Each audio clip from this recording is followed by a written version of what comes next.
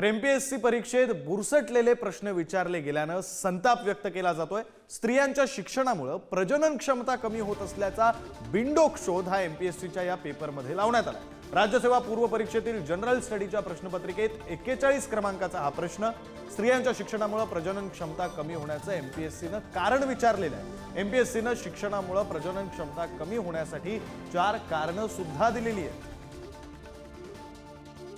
पहिली गोष्ट म्हणजे आपण सांगितलेली वस्तुस्थिती जर खरी असेल तर हा प्रश्न कुणी तिथं आणला याची देखील माहिती घ्यावी लागेल आणि अशा पद्धतीनं प्रश्नावली तयार करणारी जी कोण असतील त्यांना देखील समज द्यावा लागेल आणि या संदर्भामध्ये मुख्यमंत्री आणि दोन्ही उपमुख्यमंत्री नक्की निर्णय घेतील याची मला खात्री आहे, कारण अशा पद्धतीचे प्रश्न प्रश्नपत्रिकेमध्ये असणं हे अयोग्य आहे।